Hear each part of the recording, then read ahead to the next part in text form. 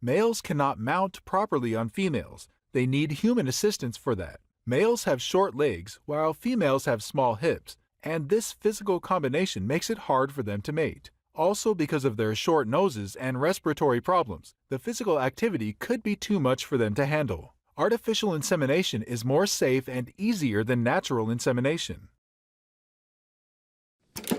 It is very hard for Frenchies to give birth naturally. They have to go through a C-section. The mother has narrow birth canals, while the puppy has a big head. This physical combination makes it very hard for them to give birth naturally. Both mother and puppy are at risk of injury or death. Therefore, C-section is recommended, which is safe for both.